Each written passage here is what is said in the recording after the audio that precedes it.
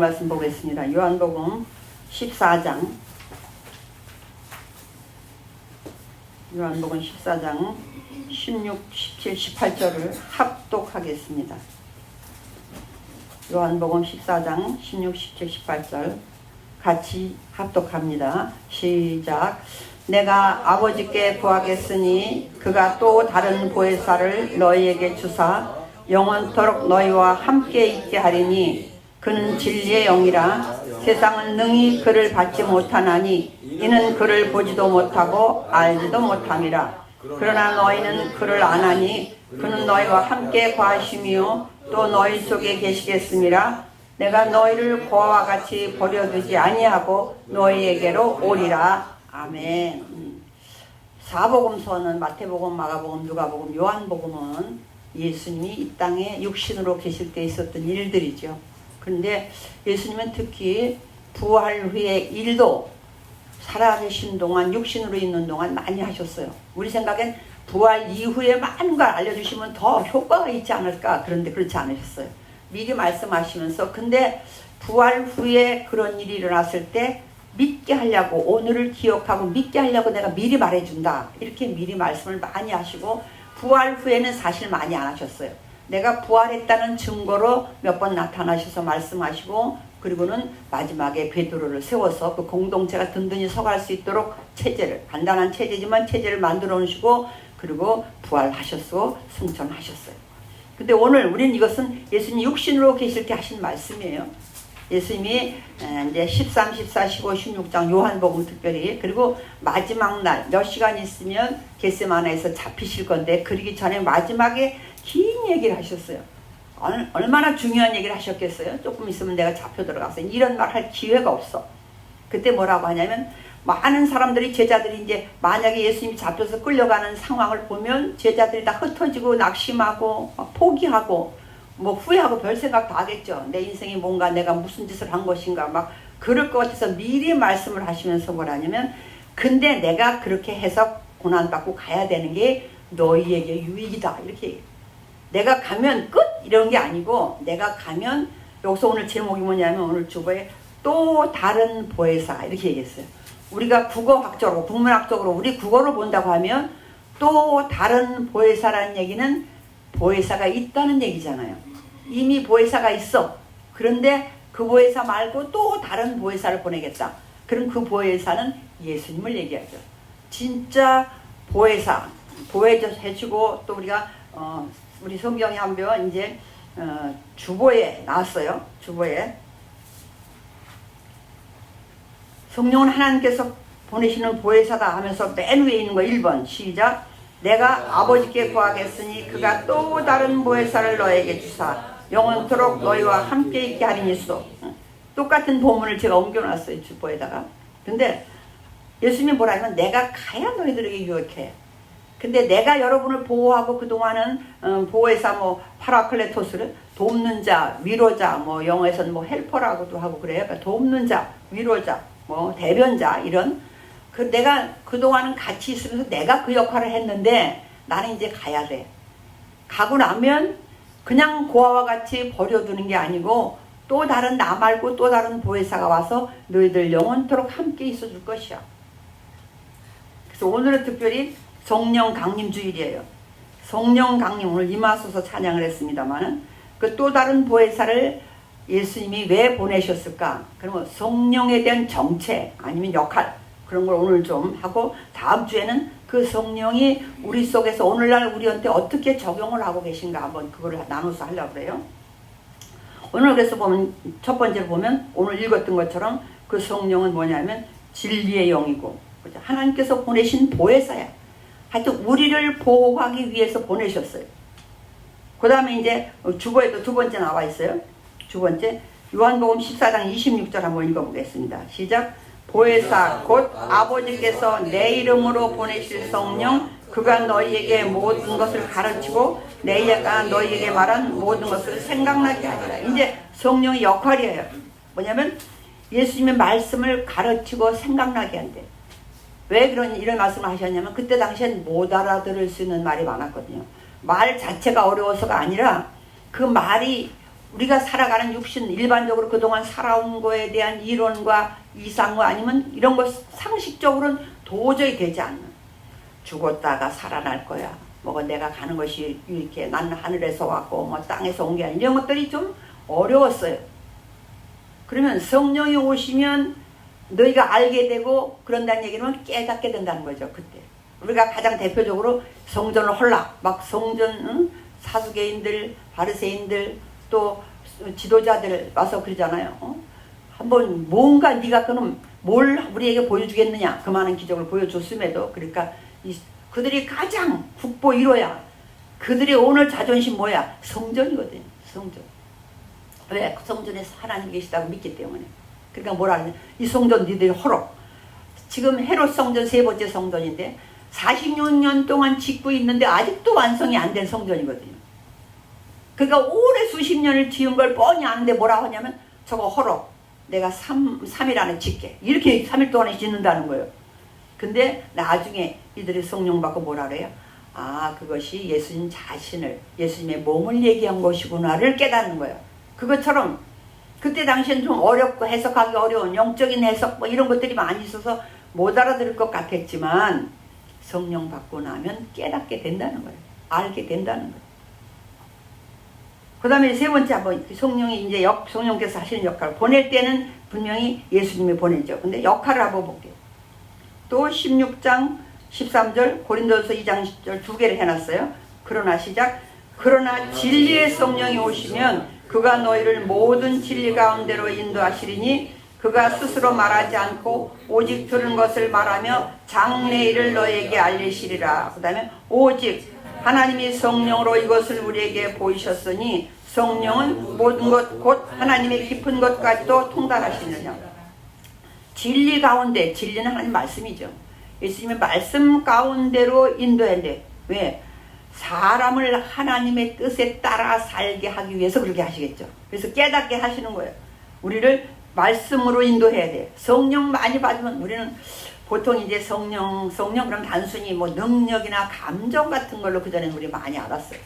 그래서 막 기도원에 가면 막 랄랄라 막 소리 지르고 막 랄랄라 하고 찬양도 가만히 찬양하면 그 사람은 은혜 못 받은 사람이야. 어떻게 찬양해야 돼? 막 흔들어대야 돼. 막 흔들어대고 돌아다니든지 막 춤을 추면서 해야 성령 받았다고 생각했어요. 성령은 그런 단순한 능력이나 감정이 아니죠. 성령 뭐예요? 살아계신 하나님의 영이에요. 그래서 지정의의 인격적인 하나님의 영이에요. 그래서 우리 삶 전체를 지배하고 우리 삶을 변화시키고, 그게 성령 받은 사람이지 막 뛰고. 그러면 어떤 사람들은 성격상 얌전한 분들이 있어요. 그런 사람은 아, 나는 성령 못 받았나 이 생각이 드는 거예요. 저 사람들은 저렇게 좋아서 난리를 치고 뛰고 난리인데 왜 나는 저런 게 없지? 가만히 앉아서 얌전하게. 근데 너무 기쁘고 좋긴 해. 평안하고 좋아. 근데 저 사람들하고는 달라. 그러니까 난 성령 못 받은 것 같아. 그동안은 그랬었어요. 아닌 부분도 있지만 그랬었어요. 그리스도인의 삶은 성령 안에서 시작해요. 예수님이 계실 때에는, 예수님 성령 받기 전에 예수님이 함께 계실 때에는 예수님이 말씀하시면 처음에 안 믿어지다가도 기적과 이적을 보면서 표적을 보면서 믿어져요.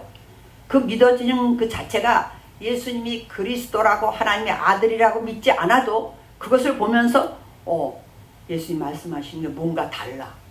그 정도는 믿을 수 있어요.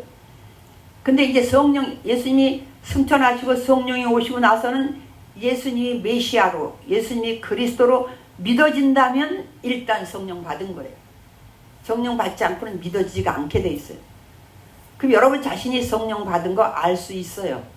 어떻게? 막 날뛰고 막 춤추고 안 해도 내가 정말로 예수님이 그리스도고 예수님의 이 행적들, 사복음서나 이런 것들을 보면서 그보다 더한 것도 하실 수 있는 예수님이구나. 전능하신 하나님이기 때문에 그것이 믿어지고, 아, 내가 그래서 예수님의 그 십자가의 죽음을 그래서 죽으실 수밖에 없었구나. 능력으로는 얼마든지 십자가 금방 없앨 수도 있고 그 대적하는 사람들을 다 진멸해 버릴 수도 있었지만 우리를 살리기 위해서, 나를 살리기 위해서 그 길을 선택하셨구나. 이런 게 믿어진다면 그 사람은 성령 받은 사람이에요. 그러면 이제 그가 할 일은 그 성령님과 늘 동행해야 되겠죠. 우린 지금 성령님과 동행하는 삶을 살아야 돼요. 동행하는 삶을 살면서 이 땅에 떠날 때 날마다 달라지지만 우리에겐 뭐가 이제 나타나기 시작하냐면 성령의 열매가 나타나기 시작을 해야 돼. 성령의 열매. 오늘은 이제 그러면서 그것이 우리가 변화되어야 되는, 우리가 알고 있는, 우리가 함께 모셔야 되는, 우리가 받아야 되는 임하소서의 성령님이에요.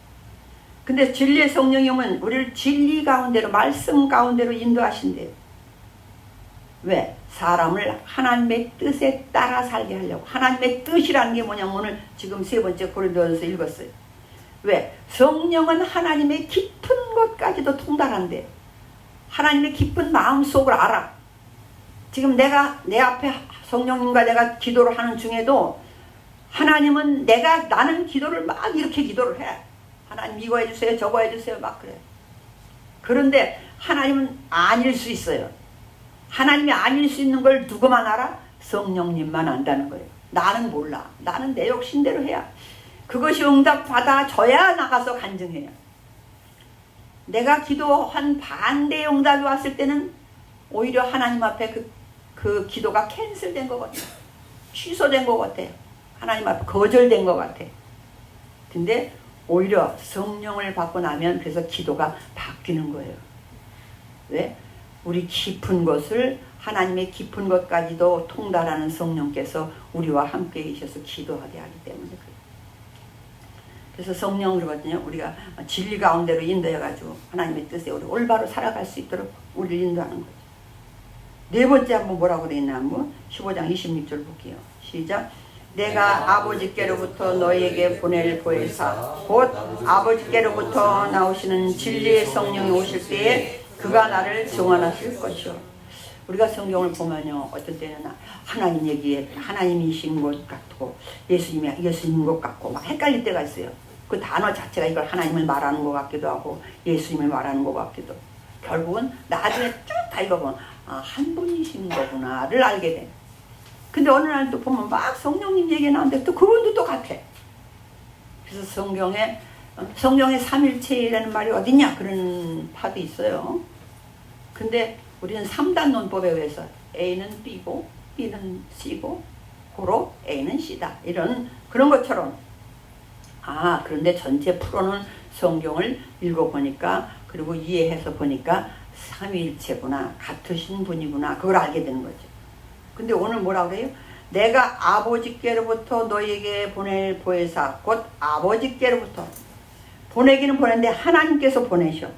근데 내가 아버지께로부터 너희에게 보내. 예수님이 하나님께로부터, 참 모델을 해석하면 어려워요, 그죠? 예수님께서 하나님께서 뭔가 만약에 물건이라면 받아서 보내는 거야. 그런데 이게 물건이 아니잖아요. 그러다 보니까 예수님이 인격적인 분이시잖아요. 영이잖아요. 근데 아버지께로부터 나오시는 진리의 성령이 오실 때에 그가 나를 증언해. 오시는 역할이 뭐예요? 예수님을 증언하기 위해서. 예수님을 증언하기 위해서. 예수님을 왜 증언하겠어요? 사람들로 믿게 하기 위해서. 사람들로 믿게 하기 위해서 예수님을 증언했다는 거예요. 그래서 오늘 성령이라는 것은 단순한 능력이나 감정이 아니구나. 살아계신 하나님의 영이구나. 그 영은 우리의 삶을 당연히 어떻게 되게 변화시켜야 되겠죠. 살아계신 분이니까. 그리고 변화시킬 뿐만 아니라 우리를 지배하기도 해요. 뭔가 안 될 때, 그럴 때 우리가 조선 안 될 땐 안 주시기도 하는 거죠. 그것이 성령의 역할이에요. 5번째 이런 말이 있어요. 5번 시작. 오직 성령이 너희에게 임하시면 너희가 권능을 받고 예루살렘과 온 유대와 사마리아와 땅끝까지 이르러 내 증인이 되리라 하시나. 제자들에게 증인되기 전에 뭐부터 주냐면 능력을 준다는. 감정 이런 것들만 중요한 게 아니고 능력을 준다는. 지식만 주는 게 아니고 능력을 준다는. 그래서 그런데 우리가 능력도 주지만 쓸 때 있을 때 써야 되는 거잖아요. 난 능력 못 받은 것 같은데 쓸 일이 없으니까 안 주신 거예요. 아니면 능력을 받았지만 쓸 일이 아직은 없어요. 근데 정말로 다급하면 쓸 일이 생겨요. 그리고 정말로 다급하면 말도 안 되는 것 같은 걸 기도해도 들으셔요. 우리가 지난날을 또 한번 여러분들 지난날 이렇게 한번 돌아보셔. 그러면 너무 지식적으로, 너무 상식적으로, 너무 논리적으로 이럴 때는 그렇게 역사하세요. 그렇게 믿으면. 근데 너무 다급하니까 놀리고 창식이고 그런 게 없더만. 막 다급하면 그래요. 여러분도 아마 그런 경험을 한두 번씩은 다 했을 거예요. 저도 많은 경험을 했는데 지금 생각하면 어디 가서 간증하기도 창피해요. 사람들이 안 믿을 것 같아요. 그 말이 됩니까? 근데 그땐 말이 돼요. 왜? 이론적으로는 안 되니까. 근데 하나님 그땐 그렇게 역사해요. 그래서 하나님이 우리에게 성령을 부어주신다고 할 때 능력 줬다는 게 뭐 죽은 자를 살리고 이런 것만이 능력이 아니에요. 제가 지난번에 능력 중에 가장 좋은 능력이 뭐라 그랬냐면 지난 시간에 믿음이라는 표현을 썼어요. 믿음. 저와 여러분에게 하나님이 주시는 가장 좋은 능력은 뭐예요? 믿음이에요. 믿음. 네, 믿음. 예수님도 너무 지혜로우셔. 뭐라고 말씀하시냐면 네 믿음대로 될지어다 이래요. 내 믿음으로 한다면 죽을 사람 다 살리고 예수님 자신이 예수님의 믿음으로 하신다면 안 될 일이 없어요. 못 하실 일이 없어요. 근데 그거는 예수님의 입장이야. 그 사람에 맞게 지나친 축복은 우리가 이렇게 역사에서도 보면 그 사람이 받아야 될 축복이 아닌데 받았을 때는 오히려 그게 저주가 될 때가 있어요. 우리가 옛날 사람들은 말에 대한 얘기 뭐 재밌게 하는 말 잘하시는 분들은 하겠지만 어느 날 생각지도 않았더니 그냥 말이 생겼대. 말이. 옛날에 말이 엄청 비싸요. 교통수단이. 근데 그 집에 외동아들이 신나서 타다가 떨어졌어. 그래서 발 하나 다쳐버렸어요. 옛날에는 의사가 있어서 진 거지 수술하는 게 아니니까 어떻게 해요? 절름발이가 돼버렸어요. 그 다음 또 다른 일이 있지만 다시 또 좋은 일이 생기고 이런 건 있지만 그거 하나만 봤을 때 그 집에 말이 들어온 게 복이에요? 안 복이에요? 복이 아니야. 안 들어왔으면 그 아들이 안 탔을 거 아니에요. 그 아들이 한쪽 다리가 절고 못 거는 사람은 안 됐을 거 아니에요. 그러니까 어떤 때는 지나친 축복은 복이 아닐 때가 있어요. 근데 성령이 우리에게 오셔서 주님이 네 믿음대로 될지어다 하는 건 뭐예요? 네 분량에 맞는 축복을 받을지어다 그런 뜻인 거죠. 그래서 우리는 지금 뭐가 안 되는 거 막 애쓸 필요 없어요. 왜? 우리 분수에 맞는 축복을 받고 있는 거예요. 사실은. 그러면 우리의 분수에 맞는 축복을 받으려면 뭘 바꾸면 돼요? 믿음이 성장해야 돼. 믿음이. 물론 믿음이 성장하면 똑같이 뭐까지 성장하는지 아세요? 고난도 성장을 해요. 우리 욥기 보면 알잖아요. 믿음이 있으면 있을수록 축복도 있지만 고난도 커요. 근데 그 고난이 고난으로 끝나지 않는 이유가 뭐냐면 그 믿음이 그 고난을 이겨요. 우리 하나님은 그걸 원하시는 거죠. 고난을 이길 수 있는 믿음. 그것이 너희에게 있었으면 좋겠다. 지난주에 말했잖아요. 농사 짓는 거 땅 하나도 없으면 힘 하나도 안 들어요. 농사 안 져도 돼. 우리 집사님들 내일 매실 따라 가셔야 돼. 없으면 한심 안 들어. 근데 없으면 소득이 없어요. 그래서 일을 하는 사람들이 그걸 바라보고 하는 거예요. 힘들어도 그걸 바라보고 하는 거예요. 오늘 예수님도 우리에게 그래서 너 믿음대로 될지어다 그건 뭐예요? 근데 성령을 보내주시면서 내 믿음을 내가 보게 만드는 거예요. 그러기 전까지는 몰라. 내가 믿음이 좋은 것 같기도 하고 어떤 데 보면 아닌 것 같고 남의 믿음은 보여. 오히려 남의 믿음은 보여요. 저러면 안 되는데 저러면 안 되는데 속까지는 안 보여도 남의 믿음은 보이는 것 같아. 근데 내 믿음은 안 보여. 왜? 내가 하는 게 옳은 것 같으니까.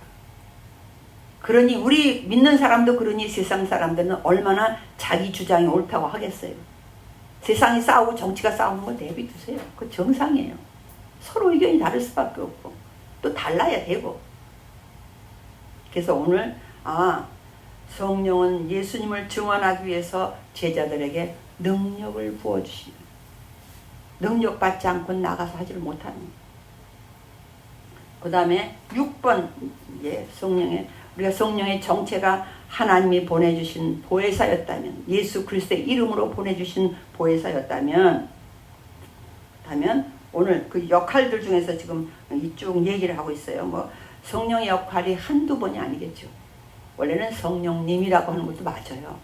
근데 우리가 이제 이렇게 글 쓰고 그럴 때는 님자를 빼고, 글 쓰고 그럴 땐 목사님, 뭐 장로님 이렇게 안 하잖아요. 님자 빼잖아요. 무슨 장로, 무슨 목사 이렇게 하는 것처럼 그렇게 하고. 오늘 6번에 이제 한번 보겠습니다. 6번 시작. 예수께서 대답하시되 진실로 진실로 내게 이르노니 사람이 물과 성령으로 나지 아니하면 하나님의 나라에 들어갈 수 없느니라. 육으로 난 것은 육이요 영으로 난 것은 영이니. 우리가 이거는 요한복음 3장을 성경 가진 분들 한번 찾아보겠습니다. 아주 유명한 말씀이죠.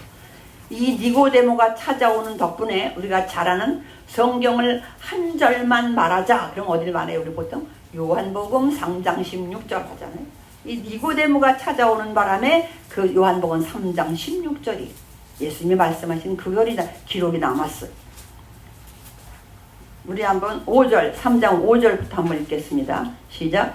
예수께서 대답하시되 진실로 진실로 내게 이르노니 사람이 물과 성령으로 나지 아니하면 하나님의 나라에 들어갈 수 없느니라. 수도. 근데 4절에 한번 읽어볼게요. 시작. 니고데모가 이르되 사람이 늙으면 어떻게 날 수 있사옵니까? 두 번째 모태에 들어갔다 날 수 있사옵니까? 어느 날 밤에 이제 요건 요한복음 3장이니까 1, 2, 3장이니까 예수님 공생의 초기예요. 초기에 이제 세례 받으시고 또 40일 광야에서 시험 받으시고 그러고 나서 이제 가나 혼인잔치에 가서 물을 포도주로 변화시키는. 그리고 난데 보니까 6월절이 됐어요. 절기가 됐어요. 그래서 예루살렘에 올라오셨어. 올라와가지고 와보니까 막 그 앞에서 기도 오는 집인데 막 보니까 장사꾼들이. 근데 그때 그 장사는 이런 장사가 아니에요. 전매 사업이에요. 대제사장 가문이 아주 나라에서 내놓으라 하는 사람들 누가 건드리지도 못하는 전매 사업. 그 전매 사업에선 파는 물건이 뭐냐 하면 짐승들인데 재물 될 거. 그러니까 1,000원짜리를 10,000원을 받아도 사야 돼. 네, 집에서부터 끌고 2박 3일 막 끌고 왔으면 어디 가면 털도 뭐 제대로 안 되고 그랬겠죠. 더운 나라니까. 그러면 뭐라 그래? 검열관이 불합격. 그러면 제사를 못 드리는 거예요. 아무리 먼 데서 끌고 왔어도. 아무리 좋은 걸 가지고 출발했어도. 그러니까 사람들이 이제 집에 거 가져오면 안 되겠구나. 거기 가서 이미 합격돼서 파는 그런 물건을 사야 되겠다. 그래서 돈을 가져와서 그걸 사거든요. 그러니까 엄청난 폭리를 하는 거예요. 예수님 보기에는 완전히 강도들이야 진짜. 돈도 마찬가지예요. 또 성전에 드려야 되는 돈은 당시 로마에서 통용되는 화폐가 아니에요. 그 돈도 또 환전해야 돼. 그 환전 수수료도 또 엄청난 거예요. 완전히 정말 나쁜 진짜 도둑들의 강도가 맞아요. 예수님이 뒤집어 엎었어요. 근데 예수님이 뒤집어 엎고 온전할 수가 없는 게 그들의 세력이에요. 근데 예수님 온전해. 온전할 수 있었던 건 너 뭔데 이렇게 엄청난 일을 하냐, 너 죽고 싶으냐 그랬을 거 아니에요. 그랬을 때 나 이런 사람이야, 나 이런 분이야, 나 이래 하면서 예수님이 기적을 많이 표적을 행했어요. 그 표적까지는 안 나와 있어요. 그런데 니고데모가 봤어요 그거를. 니고데모는 공회의원이야. 오늘날 국회의원 같은. 근데 바리새인이에요. 근데 그래도 생각이 있는 분이야. 생각이 있는 사람이야. 이날 낮에는 못 찾아왔어. 그나마 사람들 볼까봐. 근데 밤에 조용히 찾아왔어. 그러면서 2절 이래요. 그가 밤에 예수께 와서 이르되 라삐여 선생님, 우리가 당신은 하나님께로부터 오신 선생인 줄 아나이다. 하나님이 함께 하시지 아니하면 당신이 행하시는 이 표적을 아무도 할 수 없어. 표적을 했다는 얘기예요. 어쩐지 예수님이 그걸 뒤집어 엎고도 무사해. 그거는 그래 이렇게 하니까 표적을 하다 보니까 보통 사람은 아니구나. 그들도 못 건드렸어요. 근데 아무도 뒤에서 수근수근만 했겠죠. 다만 그 어떤 분이게 그럴까? 이런 사람보다는 야 안 되겠다. 우리 기득권 우리가 지금 누리는 거 다 망가지게 생겼다. 그러면 그들은 뭐에 꿈꾸는 게 없애야 되겠다. 이 생각부터 나와요. 오늘날하고 똑같습니다. 정적이야. 그런데 니고데모가 찾아서 물어요. 선생님이 하신 표적은 하나님이 함께 하시지 않으면 할 수 없는 표적인데 알고 왔습니다. 그래. 그럼 예수님이 그러냐 잘 왔다 이러시라나. 예수님은 항상 뭐라냐면 예수님과 대화할 땐 많은 사람들이 동문서답이 많아요. 우리는 땅의 것을 가지고 질문하고 땅의 것으로 얘기 주제를 삼아. 근데 예수님은 항상 하늘의 주제로 말을 해. 그럼 뭐라고 하냐면 예수께서 대답하여 이르시되 진실로 진실로 내게 이르노니 3절 사람이 거듭나지 아니하면 하나님 나라 볼 수 없다. 거듭나야 된다는 뜬금없는 얘기를 해요. 그러니까는 여기서 이렇게 됐지만 사람이 2번 태어나지 않으면 하나님 나라 볼 수 없어. 이렇게 얘기하고요. 두 번이라고 하니까 한 번은 부모님 뱃속에서 태어났거든요. 근데 이렇게 나이 먹고 이렇게 커졌는데 어머니 뱃속에서 어떻게 두 번째 태어납니까? 또 들어갈 수는 없을 테고 그 얘기를 해요. 그랬더니 예수님께서 니고데모에게 물과 성령으로 나지 않는다. 너는 선생인데 그것도 모르냐? 넌 선생인데 그것도 모르냐? 이러면서 물과 성령으로 거듭나야 된다. 그러면서 물과 성령으로 나지 아니하면 하나님의 나라에 들어갈 수 없다. 앞에는 하나님의 나라를 볼 수 없다는 표현을 썼어요. 거듭나야 하나님 나라를 볼 수 없다. 이렇게 얘기하는데 두 번째 와서는 확실해지는 게 뭐냐면 물과 성령으로 나지 아니하면 하나님 나라에 들어갈 수 없고 육으로 난 것은 부모에게서 난 것은 일단 육신이지만 이제 하나님 나라에 들어갈 수 있는 건 뭐예요? 영이라는 거예요. 그 영이 바로 성령인 거예요. 그러면서 오늘 우리가 니고데모를 통해서 그래서 쭉 설명을 하시면서 8절 한번 볼게요. 8절 시작. 바람이 이물로 불매 네가 그 소리는 들어도 어디서 와서 알지 못하나니 성령으로 난 사람도 다 그러하니. 뭐 성령으로 났다 해서 막 어디서 뭐가 생기고 뿌리 나고 날개가 달리는 게 아니잖아요.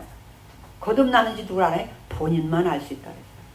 본인도 모를 수도 있어요. 나 맞나? 어떤데 믿어지는 것 같고 안 믿어지는 것 같고 그럴 수도 있어요. 그러나 그 믿음이 확실해지면 난 성령으로 거듭났다. 거듭났다고 해서 어느 날 그냥 갑자기 달라지면 얼마나 좋겠어요. 근데 그렇지 않아요. 그래서 그 다음부터 살아가면서 성령의 열매가 맺혀지는 거거든요. 오늘 뭐라고 하냐면 거듭남이 성령의 역할 중에서 거듭나야 된다. 오늘 저와 여러분은 성령으로 거듭난 줄로 믿습니다. 육신이 이 세상에 있기 때문에 갈등하는 건 많이 있어요. 그리고 육신에 욕심도 있어서 그러면 안 되는 것 같은데도 그럴 수도 있고 그래. 그렇지만 우리 분명한 것은 예수 그리스도가 우리의 구주신 걸 믿고 그러기 때문에. 근데 성경에 또 이제 마지막 7번 거 한번 읽어볼게요. 마태복음 12장 31절 시작. 그러므로 내가 너에게 이르노니 사람에 대한 모든 죄와 모독은 사심을 얻되 성령을 모독하는 것은 사심을 얻지 못한다. 성령 받지 못하는 구원받지 못하는 용서받지 못하는 죄가 하나 있다는 거예요. 다른 건 다 심지어 살인을 한 사람도 하나님 잘못했습니다. 회개하고 하나님께 돌아오면 용서받을 수 있는데 용서받을 수 없는 죄가 있다. 왜 예수님 이걸 더 강조하냐면 지금 예수님을 죽이려고 하는 사람은 엄청 많거든요. 예수님이 아까 6월절에 예루살렘 와서 성전 앞에 있는 것들 다 뒤집어 엎었다 그랬잖아요. 그리고는 또 베데스다 연못가에서 38년이나 누워있는 병자 태어나면서부터 아픈 사람이에요. 걸어보지도 못해서 한번 평생. 그런 사람을 말씀으로 고쳐요. 오늘날 38년 된 사람을 만약에 고쳤다면 아마도 물리치료를 3년 반은 받아야 될 거야. 그래요, 저거사. 손가락 하나, 저기에서 내가 잘못돼서 요게 잘못됐었는데, 이거 일주일 물리치료 받으라 그러더라고. 요걸 펴주는. 돈 안 주려고 내가 했거든요, 이렇게 일주일을 막. 그런데 됐어. 요거 하나만 해도 그게 오래 걸리는데, 하물며 38년을 누웠던 사람인데, 뭘로 고쳤어요? 마사지로 고친 것도 아니야. 일어나 들고 돌아가. 그런데 그게 됐어요. 그게 말이 되냐고. 그러면 우리는 뭘 봐야 돼? 야, 이분은 어떤 사람이냐? 어떻게 말로 이걸 고치냐? 여기 집중해야 되는데 그날이 안식일이었어. 안식일 날 왜 했냐는 거예요. 왜 안식일 날 이런 짓을 했냐는 거예요.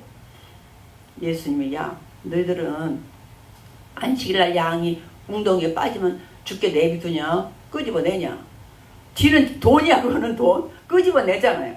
너희들은 양 같은 짐승도 웅덩이에 빠지면 끌어내는데 내가 생명을 살렸는데 뭐 잘못했는데? 그러거든요. 그러니까 이 대화가 안 돼.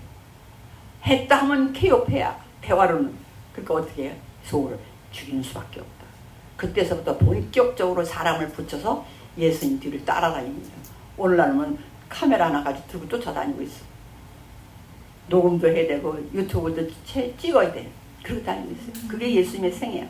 그래도 그때는 그럴지라도 회개하고 하나님 앞에 돌아오고 예수님한테 와서 잘못했습니다 하면 용서받을 수 있다는 거예요. 근데 용서받을 수 없는 죄가 하나 있어. 뭐요? 성령 해방죄라는 거.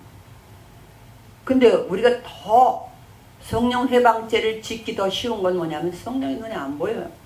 지난번에 제가 성령님을 표현할 때 뭐라고 해야 가장 좋을까? 막 신학적으로 막 이런 표현 말고 우리가 쉽게 현실적으로 알아서 성령님은 보이지 않는 예수입니다. 제가 그랬어요. 보이지 않는 예수님. 보이지 않는 하나님이에요. 그러니까 우리 어떤 때는 함부로 한단 말이에요. 근데 사실은 보이지 않는 분이기 때문에 더 조심해야 돼. 더 조심해야 돼. 근데 오늘 마태복음에서 뭐라면 경고하는 거죠. 우리에게 경고. 왜? 다른 건 다 좋다. 무슨 성령 그런 거 받으면 뭐래. 안 받아도 되지. 눈에 안 보이니까. 그렇게. 왜? 의지적으로 또 지식적으로 믿어도 믿는다고 생각할 수 있거든요. 지식적으로. 믿어지지 않아? 그건 마치 뭐냐 하면 오늘 그냥 비가 하늘에 구름이 잔뜩 켜서 비 올 것 같아. 그렇게 믿어져.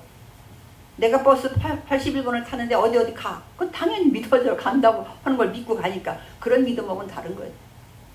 이 성령님의 역사의 믿음은 그런 거예요. 그래서 성경 글을 예수님은 또 다른 보혜사다. 예수님이 부활하셔서 승천하시고 안 계실 때에 제자들과 함께 할 수 있는 유일한 것이 성령님인 거예요. 영적인 것이죠. 그래서 오늘날 우리가 헷갈리기는 해요. 눈에 보이면 더 쉬울 것 같은데 놀라운 것은 하늘나라는 눈에 보이지 않는다는 거예요. 그 현상을 봐서는 눈에 보이는데 성령님이 현상을 봐서는 보여요.